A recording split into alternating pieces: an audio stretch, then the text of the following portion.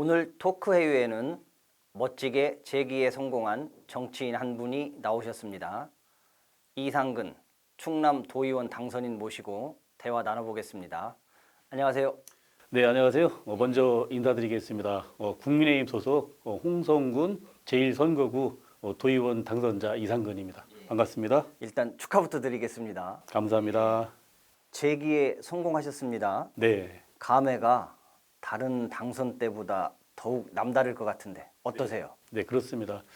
흔히 후보자들은 이렇게 표현하잖아요. 살아서 돌아왔다고. 그렇죠. 예. 실질적으로 제가 2010년도 홍성군의 초선의원 되고 2014년 재선의원 하면서 2018년도에는 갑자기 이제 진로를 바꿔서 도의원으로 출마를 했다가 낙선을 했었거든요. 그때는 우리 국민의힘, 그러니까 전신이 자유한국당인데 자유한국당이 국민에게 많이 이제 그 질타를 받고 민주당 광풍이 불어서 그때는 이제 낙선이 됐었는데 지금 돌이켜 보면은 그때 낙선했을 때 4년간의 공백기 시간을 생각해 본다고 하면 이번에 당선의 기쁨은 어떤 그때 선거보다도 정말로 저한테는 벅찬 기쁜 당선이라고 말씀드릴 수 있겠습니다. 정치판에서 한번 넘어지면 다시 일어나기 어려운 게 현실입니다. 네. 그럼에도 다시 군민들의 선택을 받을 수 있었던 중요한 이유는 뭐라고 생각하시나요? 저는 이렇게 생각을 합니다.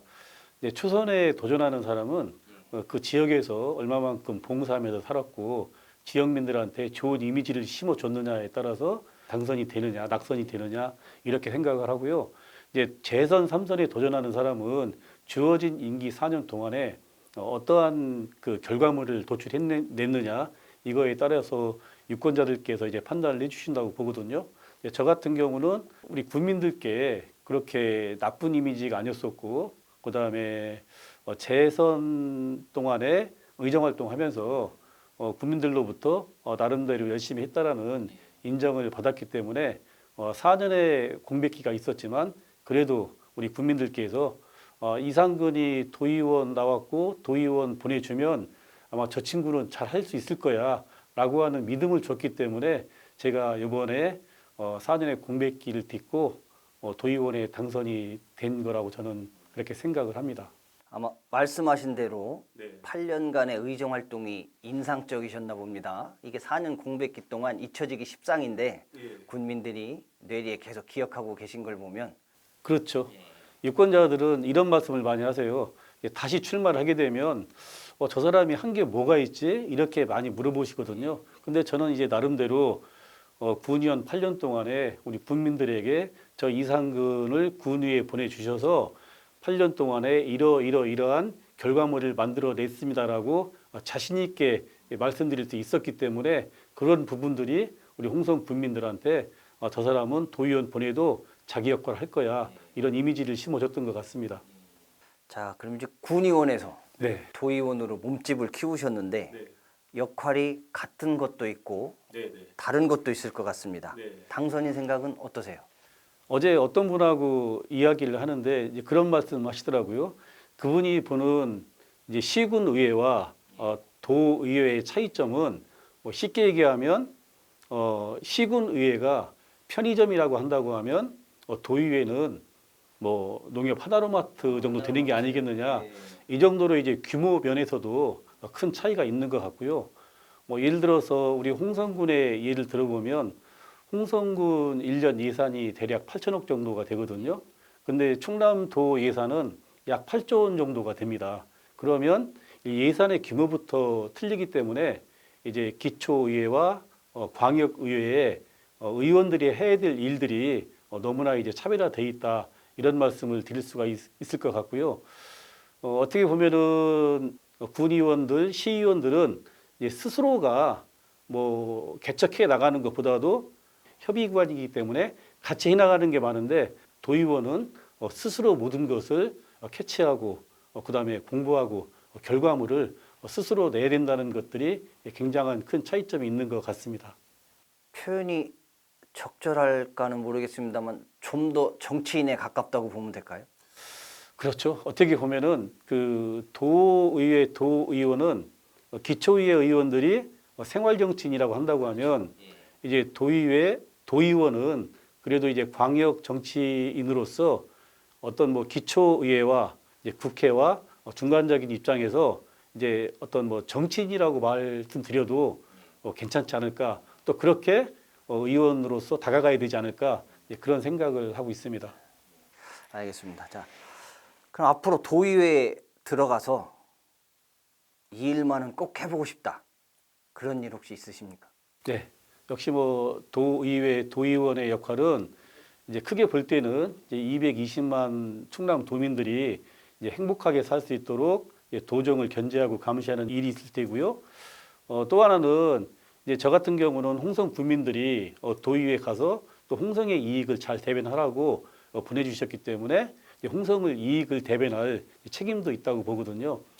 근데 저는 이제 이런 생각을 해봤습니다. 도의원이 된다 그러면 첫 번째로 한번 해보고 싶었던 부분이 이제 홍성에 이제 도청이 오면서 내포 신도시가 충남의 행정수도가 됐거든요. 근데 이제 여러 가지 그 인프라가 아직은 많이 부족합니다.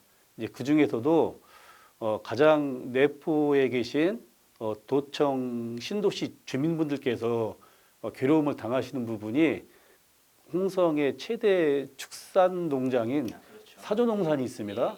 이 사조농산을 사실은 충남도가 내포 신도시를 만들 때는 이것을 제외하려고 했었었는데 실시 설계할 때는 예산의 그 한계성으로 인해 가지고 그 사조농산이 그대로 있거든요. 그래서 저는 도의원이 되면 첫 번째로 충남도와 홍성군과 사조농산의 그룹인 사조그룹과 협의체를 구성을 해서 지금 한 10,000마리 정도의 그 돼지가 사육되고 있는데 이 부분은 전부 이전을 시키고 사조농산이 한 10만 평 정도 규모가 되거든요. 거기에 지금 홍성군에서는 최근에 들은 이야기로는 이제 국가 산단을 유치하기 위해서 지금 이제 모종의 액션을 취하고 있는 것 같아요. 저 같은 경우는 그런 추이도 잘 지켜보면서 만약에 그런 부분이 안 된다고 했을 때는 그 10만 평에 달하는 부분을 우리 홍성 군민, 내포 시민들, 그다음에 이제 인근에 우리 뭐 서산이나 당진이나 보령, 예산 주민들께서 오셔서 즐길 수 있는 어떤 주민들의 삶의 푸른 휴식 공간 이런 쪽으로 변모를 한번 시켜볼 생각이 이제 의정 활동으로서 첫 번째 계획하고 있는 부분이라고 말씀드릴 수 있겠습니다. 아주 좋은 생각 같으십니다. 요즘 뭐 아무래도 문화 쪽에 많이 다 관심이 있으시니까. 예. 자, 그럼 이제 약간 좀 결이 다른 질문인데 홍성군에서는 이번 선거에서도 보수 진영이 승리했습니다. 제가 알기로는 지방자치가 시작된 이후로 이런 현상이 쭉 이어지고 있죠. 그렇죠. 원인이 뭐라고 생각하십니까? 우리 홍성 같은 경우는 이 진영 논리로 따져 본다고 하면 이제 보수와 진보가 있지 않겠습니까? 계속 이제 보수의 텃밭이라고 이렇게 모든 분들이 생각을 해왔고 실질적으로 보수 정당에 속해서 공천을 받으면 당선과 다름없었다 이런 평가를 받았었는데 그렇지만 이제 2012년도에 충남도청이 홍성에 와서 내포 신도시가 형성이 되고 내포 신도시에 외지에서 많이 이전해 오시고 홍성에 있는 젊은 사람들이 내포 신도시로 이전하면서 성향은 또 많이 바뀌었습니다. 옛날에는 거의 뭐 8대2 정도로 보수가 유리했다고 하면은 지금은 뭐 거의 6대4 정도로 이제 그 진보를 지지하는 분들도 많으시기 때문에 요즘에는 이제 어떤 정당이 실질적으로 주민의 생활에서 도움을 줄 수 있는 정치인이 있느냐 정당이 있느냐 이런 것들을 주민들이 많이 보시기 때문에 지금 선거에서는 그렇게 꼭 물론 보수가 다 승리했지만은 그렇게 꼭 보수의 텃밭이라고 이제는 볼 수는 없을 것 같습니다. 자, 이제 4년 공백기가 있었기 때문에 군민과 도민들에게 하고 싶은 말이 더욱 많을 것 같습니다.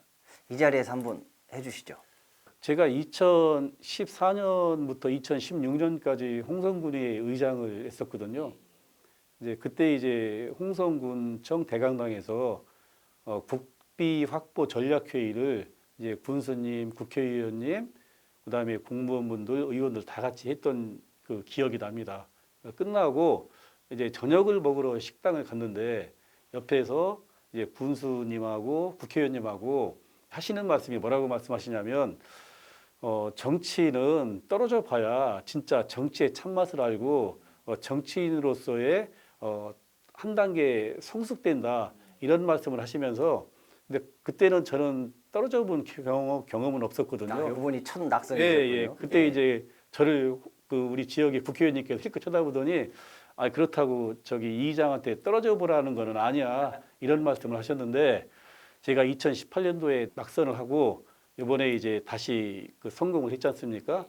그 4년이라는 세월이 제가 홍성군의회 의원 8년 했던 그런 소중한 경험보다 이 낙선했던 4년 정말로 이 4년의 기간이 만약에 다시 한번 홍성 군민이나 충남 도민들께서 기회를 주신다면 어떤 마음 자세로 군민과 도민을 위해서 일해야 되는지 그렇게 새롭게 각오를 다지는 그런 계기가 됐었습니다. 그래서 제가 이제 2022년 7월 1일부터 임기가 시작되지 않습니까? 정말로 우리 도민과 우리 군민을 위해서 한눈 팔지 않고 미치도록 일할 마음의 준비가 돼 있다라고 말씀드리겠습니다. 4년 동안에도 계속 국민들하고는 만나셨을 거 아닙니까? 네, 제가 2018년 그때 6월 13일 날 선거가 있었고요. 그때는 제가 이번 선거는 어렵다라고 스스로 판단을 했었지만 그래도 그 12월까지는 사실상 별로 움직이지 않았어요. 그러고 2019년 1월 초부터 그때 이제 우리 홍성에서 그저께 퇴임하신 김석관 군수님께서 이제 11개 읍면을 하루에 2개 읍면씩 계속 순방을 하시거든요. 초도 순시를. 그때부터 한 번도 빼놓지 않고 주민과 계속 접촉을 했었습니다. 그러다가 이제 코로나가 왔고 코로나가 왔을 때도 이제 기관 단체에서 하는 그런 가끔 회의가 있지 않습니까? 빠지지 않고 주민들과 소통했던 그런 부분들이 어떤 4년간의 공백기를 메워줄 수 있는 그런 맥이었지 않나 이렇게 생각을 합니다. 당선이 되셔서 부담 없이 드리는 질문인데 네. 혹시 이번에도 낙선하셨으면 네. 정치를 관두실 생각이셨습니까? 이런 부분이 있습니다. 제가 정치를 관두겠다라는 생각은 한 번도 안 해봤고요. 왜 그러냐면 저는 아주 어렸을 때부터 정치를 하고 싶었다라는 그런 이제 꿈이 있었기 때문에 저의 길은 계속 가겠다라는 생각은 했었습니다. 이번에 만약에 실패했어도 제가 결코 포기한 일은 없었을 텐데 다만 저도 이제 가장이고 가족이 있기 때문에 일단은 생활 전선에 뛰어들어서 가족을 위해서 경제적인 보탬이 될 수 있는 가장이 되고 그다음에 또 4년을 기약하면서 차근차근 준비해야 되겠다 그런 생각을 가지고 있었습니다. 그래도 당선되시길 다행입니다. 안 됐으면 큰일 날 뻔했죠. 예. 네. 자, 어떻게 하고 싶은 말씀 다 하셨습니까? 제가 이번 선거에서 이제 우리 홍성 군민들에게 어떻게 저한테 그 제 가슴 속에 있는 그 애절함과 간절함을 주민들께 표현을 해야 되나 이렇게 고민을 하면서 이제 선거 사무소에 선거 현수막을 이제 개첩하지 않습니까? 이제 거기에 뭐라고 제가 썼냐면 다른 거 하나도 안 쓰고요. 미치도록 일하고 싶습니다.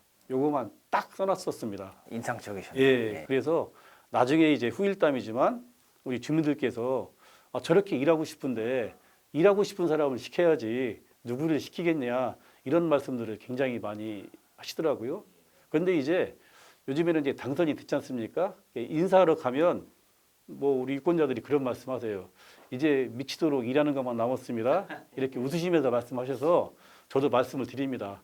약속대로 저를 위해서 소중한 표를 주셨으니까 저는 이제 여러분들을 위해서 약속대로 미치도록 일하겠다라고 말씀을 드리고 있습니다. 이제 군의원 할 때보다 네. 더 뜨거운 열정으로 도의원이 되시면 더 많은 일 해주시길 당부드리겠습니다. 예, 오늘 좋은 말씀 감사했습니다. 네, 이렇게 초청해 주셔서 감사합니다. 미치도록 열심히 일하겠습니다. 고맙습니다.